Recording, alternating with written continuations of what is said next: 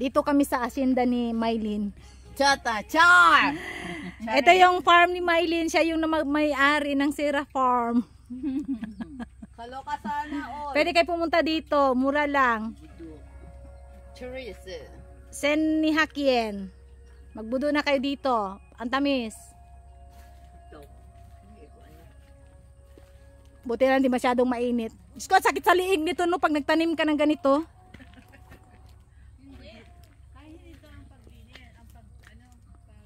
Ang pagtanim nito kasi kailangan mo ng ano eh. Kasi sobrang daming bulaklak niyan eh. No? Wow! So hindi ba kami malalasing yan? CCTV. Baka may CCTV dyan. Saan?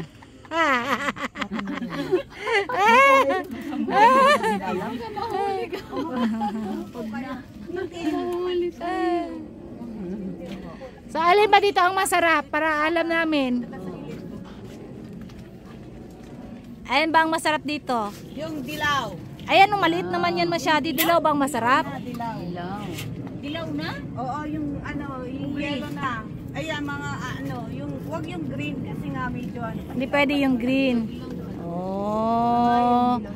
Medyo dilaw-dilaw. Yung medyo dilaw-dilaw. Oo. Wala ba yung violet?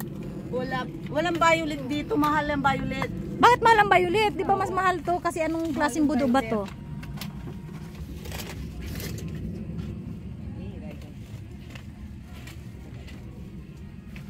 Meron doon Marami na nagnanasi. Madami na nagnanasi. Oo, marami na siya. Pag bumili ka nito, 800. Mami, nagpitas ka na? Maliit. Ang sarap. Basurahan, doon mo sa balot. Diyan. Oo. Yan, basurahan mo yan. Ilagay mo yung basura. Mami, Paano pagkain? Pagkain, ganon. Tapos, igaganon mo siya. Ay wala, tinutulak ko lang sa buhay. Oo, pag binuktan mo siya. Ay, gumen.